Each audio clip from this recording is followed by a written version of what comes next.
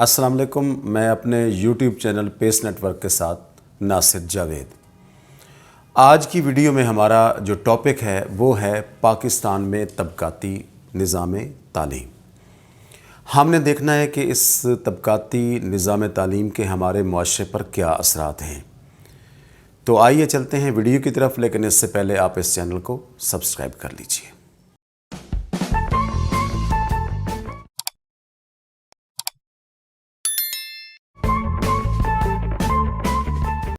تو ویورز، پاکستان کو قائم ہوئے 75 برس گزر چکے ہیں، 75 ایئرس، لیکن ہم کسی بھی شعبہ ہے زندگی میں خود کفیل نہیں ہو سکے۔ ہمارے پاس بجلی نہیں ہے، ہمارے پاس گیس نہیں ہے، زراعت ہماری پسماندہ ہے، صنعتیں ہماری پسماندہ ہیں، جمہوریت ہمارے ملک میں نہیں ہے، اور اسلام وہ آپ کے سامنے ہے جو آپ دیکھ رہے ہیں۔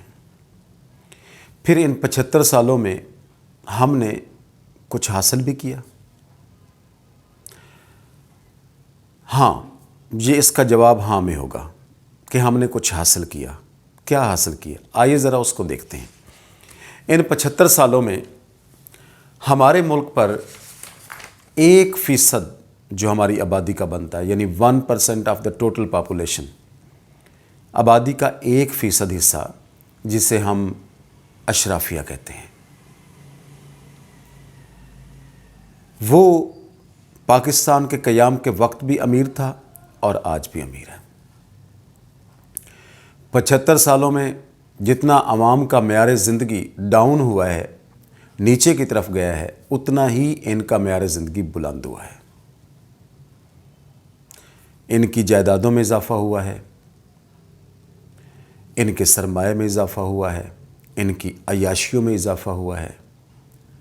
ہاں، عوام کی بھی ایک چیز میں اضافہ ہوا ہے، اور وہ ہوا ہے غیر ملکی قرضوں میں۔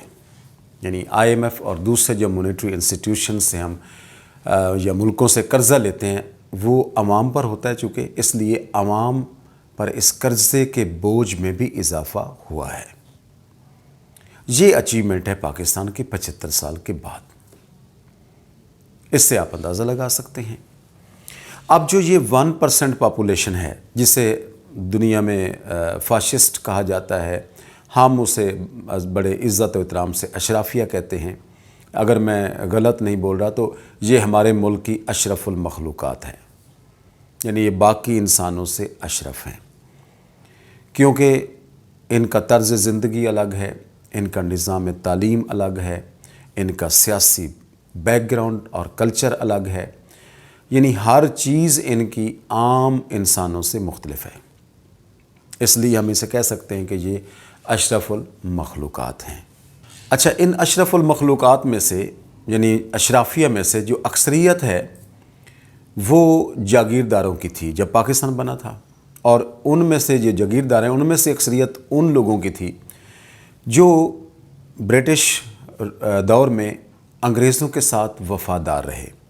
ان کو انگریزوں نے اس وفاداری کے بدلے میں بڑی بڑی جاگیروں سے نوازا، اور وہ آج خاندانی نواب کہلاتے ہیں۔ پھر انگریزوں نے جاتے جاتے ہمارے اوپر ایک اور مہربانی کی، اور وہ تھی جو ہے پارلیمانی نظام حکومت۔ یعنی آپ اندازہ لگا لیں کہ ایسا ملک جس میں صرف 1% پاپولیشن جو ہے وہ امیر ہے، باقی 99% پاپولیشن جو ہے یا تو وہ مڈل کلاس ہے یا وہ غریب ہے، اس ملک میں وہ پارلیمانی نظام حکومت دے کر گئے، اور ہمیشہ ہمیشہ کے لیے جو مڈل کلاس ہے یا غریب طبقہ ہے، اس کا پارلیمنٹ تک پہنچنے کا راستہ بند کر کے گئے۔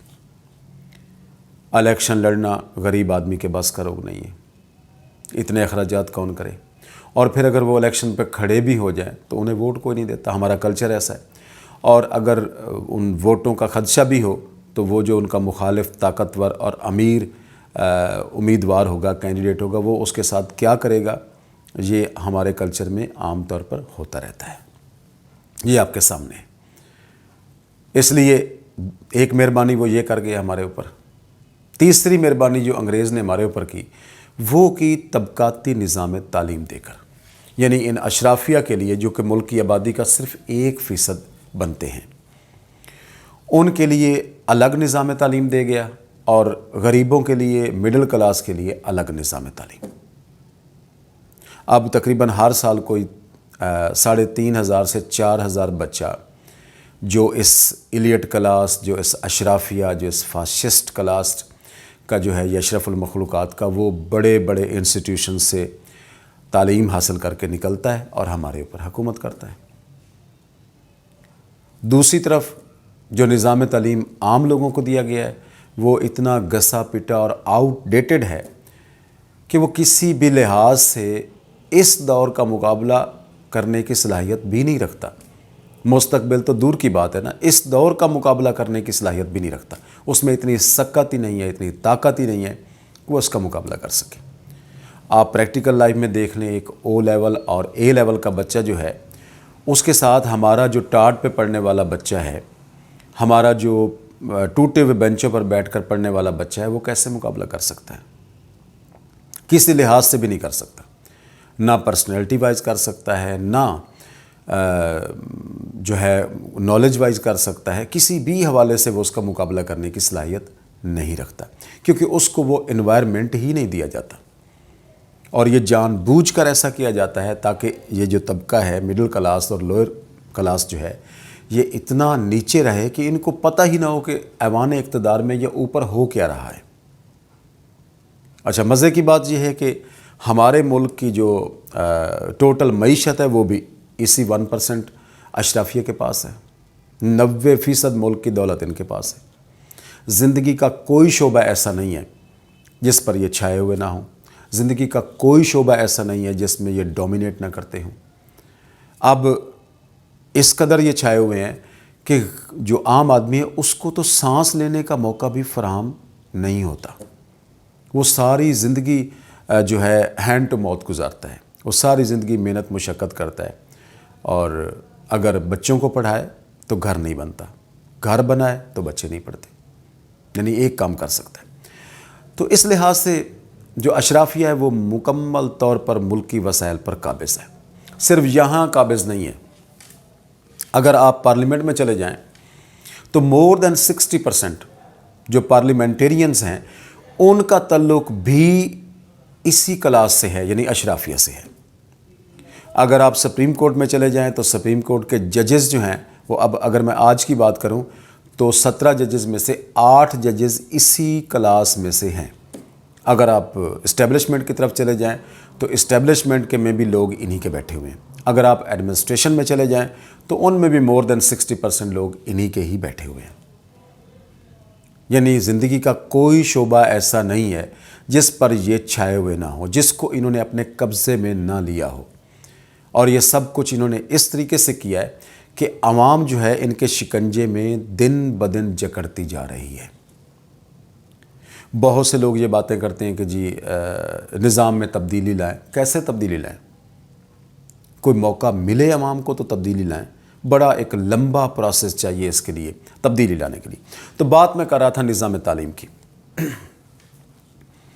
ہمارا نظام تعلیم اتنا، جو عام آدمی کے لیے اتنا گسا پٹا اور اتنا جو ہے آؤٹ ڈیٹڈ ہے کہ وہ کسی لحاظ سے مقابلہ نہیں کر سکتا۔ صرف میں پنجاب کی بات کروں تو 35,000 سکول ایسے ہیں جن میں سے کسی کی بلڈنگ نہیں ہے، کسی میں فرنیچر نہیں ہے، کسی میں ٹیچرز نہیں ہیں، کسی میں نلکا نہیں ہے، کسی میں اسٹوڈنٹس نہیں ہیں۔ یہ ہے حالت ان سکولوں کی۔ تعلیمی بجٹ ہمارا نہ ہونے کے برابر ہوتا ہے، یعنی 2022 اور 23 کا بجٹ جو پیش کیا گیا، اس میں ہمیں تھوڑا سا زیادہ پیسہ رکھا، یعنی 7.9% ٹوٹل بجٹ کا ہم نے رکھا، ادروائز تو 2% 3% کے درمیان ہمارا ٹوٹل بجٹ ہوتا تھا۔ اب اس بجٹ میں سے بھی زیادہ تر حصہ جو ہے وہ بڑے اسکولوں اور کالجز پر خرچ ہو جاتا ہے، جن میں امیروں کے بچے پڑھتے ہیں، غریبوں کا پھر وہی حال ہے۔ اچھا، جو بڑے ادارے ہیں ان میں یہ ان کے بچے پڑھتے ہیں، اور وہ اتنے مہنگے ہیں کہ ایک عام آدمی تو کیا، ایک مڈل کلاس شخص بھی تصور بھی نہیں کر سکتا، خواب میں بھی نہیں سوچ سکتا کہ اس کے بچے اس ادارے میں پڑھیں گے، اس کی اتنی زیادہ فیسیں ہیں۔ لیکن وہ پورا ماحول دیتے ہیں، ان کو مکمل اکوپڈ کرتے ہیں وہ، جو آنے والے وقت کے تقاضے ہیں اس کے مطابق۔ یہ جو امریکن سکولز ہیں، برٹش سکولز ہیں، ایچیسن کالج ہے، یا اس طرح کے اور جو بڑے بڑے ادارے ہیں جہاں پر برگر فیملیز کے اس اشرافیہ کے بچے پڑھتے ہیں، ان کا سلیبس اس انداز سے ڈیزائن کیا جاتا ہے کہ آنے والے وقت کو بھی وہ میٹ کر سکے، آنے والے چیلنجز کا بھی وہ مقابلہ کر سکے۔ جب ہم دوسری طرف آتے ہیں تو آپ کو ایک تو بلڈنگ اچھی نہیں ملے گی، انوائرمنٹ اچھا نہیں ملے گا، اس کے بڑھ کر جو ٹیچرز ان کو ملتے ہیں ہمارے سرکاری سکولوں میں، وہ اس طرح کے ہوتے ہیں کہ وہ بیچارے اسی سسٹم سے پڑھ کر آئے ہوتے ہیں۔ ان کے اندر نہ تو نویلٹی ہوتی ہے، نہ ان کے اندر جو ہے وہ انوویشن ہوتی ہے، نہ ہی وہ کسی قسم کا انیشیٹو لے سکتے ہیں، کیونکہ ان کی ٹریننگ انہی اداروں میں ہوئی ہوتی ہے۔ جبکہ دوسری طرف جو امیروں کے ادارے ہیں ان میں اعلیٰ درجے کے ٹیچر، چاہے انہیں باہر سے بھی منگوانا پڑے، وہ منگوا کر وہاں پہ اپوائنٹ کرتے ہیں۔ اب اس طرح کا ڈسٹنکشن ہے ایک امیر کے سکول میں اور ایک غریب کے سکول میں۔ جو نالج سرکاری سکولوں اور کالجز میں پڑھنے والے بچوں کو 20 سال کی عمر میں جا کر حاصل ہوتا ہے، جن باتوں کا پتہ چلتا ہے، وہ جو ہائی لیول کے ادارے ہیں، جو امیروں کے ادارے ہیں، جو اشرافیہ کے جہاں پر بچے پڑھتے ہیں، ان بچوں کو 10 سے 12 سال کی عمر میں وہ باتیں بتا دی جاتی ہیں، کیونکہ انہوں نے اس کلاس کو حکمرانی کے لیے تیار کرنا ہوتا ہے۔ اور جبکہ جو دوسرا ہمارا طبقہ ہے غریب، وہ صرف غلامی کرنے کے لیے یہی نظام تعلیم لے کر چل رہا ہے۔ اب سوال یہ پیدا ہوتا ہے کہ ہم ایسے حالات میں کیا کریں؟ دیکھیے، اگر معیشت کا حال دیکھیں تو ہماری غربت میں بتدریج اضافہ ہوتا جا رہا ہے۔ اس وقت پاکستان کی ٹوٹل پاپولیشن کا 38% غربت کی لکیر سے نیچے زندگی گزارنے پہ مجبور ہے۔ صاف پانی نہیں ملتا، خوراک کی کمی کا شکار ہیں لوگ، تعلیم تو بڑی دور کی بات ہے۔ ایک طبقہ ایسا بھی ہے جو تعلیم کا سوچتا بھی نہیں ہے، وہ کہتا ہے 2 وقت کی روٹی ہی مل جائے بڑی بات ہے۔ تو اس سے آپ اندازہ لگا سکتے ہیں کہ اس نظام تعلیم کے ہمارے اوپر کتنے برے اثرات مرتب ہوئے ہیں۔ اگر ہم ماضی میں تھوڑا سا جھانکیں تو اشرافیہ نے جہاں جہاں حکومت کی ہے، ان ممالک کے ساتھ جو کچھ انہوں نے کیا ہے وہ تاریخ کا حصہ ہے۔ اگر ہم فرانس کی بات کر لیں تو انقلاب سے پہلے فرانس میں یہی اشرافیہ تھا، اور یہ فاشسٹ کی ٹرم جو ہے، فاشزم کی ٹرم وہیں سے ڈیرائیو کی گئی ہے۔ تو یہ جو اشرافیہ تھا یہ ملک کے تمام وسائل پر قابض تھا۔ انہی کے بچے پڑھتے تھے، انہی کے بچے ڈاکٹر بنتے تھے، انہی کے بچے انجینئر بنتے تھے، انہی کے بچے فارن آفس میں جاب کرتے تھے، انہی کے بچے بیوروکریٹ بنتے تھے، سب کچھ انہی کے پاس تھا۔ اور غریب عوام جو تھی وہ تعلیم سے بھی محروم تھی، صحت سے بھی محروم تھی، ہر چیز جو ہر قسم کی سہولیات ہوتی ہے بنیادی زندگی کی، ان سب سے وہ عوام جو ہے محروم تھی۔ انقلاب فرانس کی کامیابی ہی اسی چیز میں ہے کہ جب انقلاب آیا تو انہوں نے اس اشرافیہ کو ایلیمینیٹ کیا، تب جا کے فرانس کی جان چھوٹی۔ ایران کی مثال ہم لے لیتے ہیں۔ ایران میں کیا کچھ نہیں تھا۔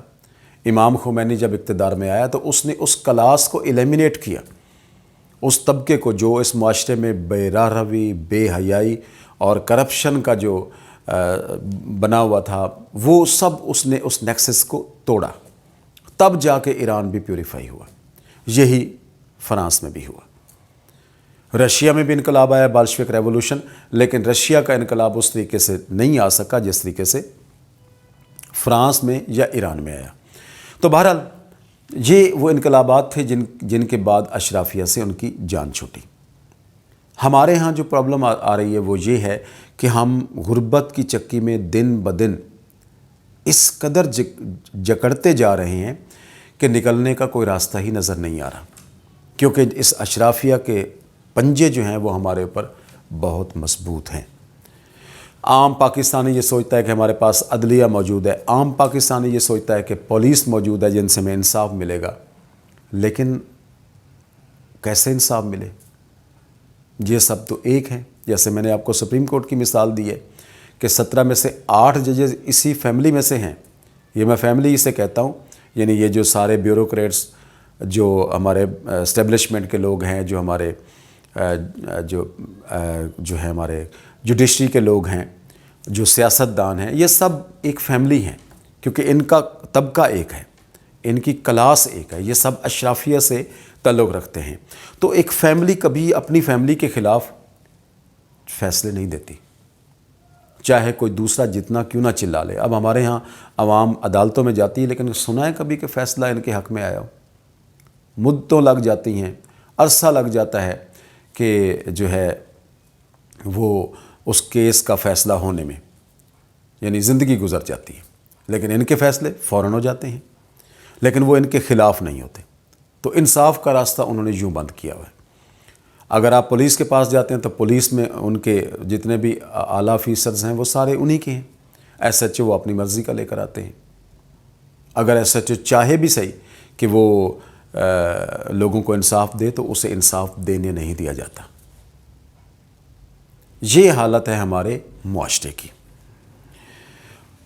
ہاں، ایک امید کی کرن جو ہمیں نظر آئی ہے وہ آئی ہے کہ اس دوران یہ جتنے بھی مشکل حالات رہے ہیں، جیسا بھی طبقاتی نظام تعلیم رہا ہے، جتنا بھی ایکسپلائٹ کیا گیا ہے اس 99% پاپولیشن کو، اس کے باوجود بھی مڈل کلاس میں سے کچھ لوگ ایسے ضرور ہیں جنہوں نے تعلیم حاصل کی ہے اور ان کے اندر شعور آیا ہے۔ آج انہی کی اولادیں ہیں جو اس سسٹم کے خلاف بول رہی ہیں۔ یہ ان لوگوں کی اولادیں ہیں جو پڑھ گئے، مڈل کلاس میں سے جو بچے پڑھ گئے ہیں، ان کو شعور آیا تو وہ اب آج پوچھتے ہیں حکومت سے، آج اس اشرافیہ سے پوچھتے ہیں کہ 75 سالوں میں آپ نے ملک کے لیے کیا کیا۔ یہی وجہ ہے کہ آج اشرافیہ نے میڈیا کو خریدا ہوا ہے، اداروں کو خریدا ہوا ہے، اور یہ پروپیگنڈا کرنے میں مصروف ہے کہ یہ نوجوان نسل جو ہے یہ گمراہ ہو گئی ہے، اسے کسی نے گمراہ کیا ہے، یہ بدتمیز ہو گئی ہے۔ نہ کسی نے گمراہ کیا نہ یہ بدتمیز ہوئی ہے، بلکہ اس نسل میں شعور آیا ہے، یہ پڑھ لکھ گئی ہے، اور پڑھنے لکھنے کے بعد یہ سوال کرتے ہیں کہ 75 سالوں میں جو یہ امیر ہیں، یہ جو جاگیردار ہیں، یہ جو اشرافیہ ہیں، ان کے اثاثوں میں تو کئی گنا اضافہ ہوا ہے، لیکن غریب عوام جو ہے کئی گنا نیچے چلی گئی ہے۔ آخر یہ ڈسپیرٹی کیوں ہے؟ یہ ڈفرینس کیوں ہے؟ اگر یہ امیر ہوئے ہیں تو عوام امیر کیوں نہیں ہے؟ یہ سوشل موبلٹی کیوں نہیں ہے؟ سوشل موبلائزیشن کیوں نہیں ہوئی؟ یہ ہونی چاہیے تھی۔ اگر امیر ہو رہا ہے تو عام آدمی کا معیار زندگی بھی تو بلند ہونا چاہیے، لیکن ایسا نہیں ہوا۔ اور مجبوری یہ ہے کہ انہوں نے نظام تعلیم کو اس انداز میں ڈیزائن کیا ہے تاکہ یہ جو بچے ہیں یہ پڑھ لکھ بھی جائیں تو ان کو شعور نہ آئے۔ اگر ان کو شعور آ گیا تو پھر یہ 1% جو کلاس ہے یہ ملک پر رول نہیں کر پائے گی۔ ان کو خطرہ ہے تو صرف تعلیمی نظام سے ہے۔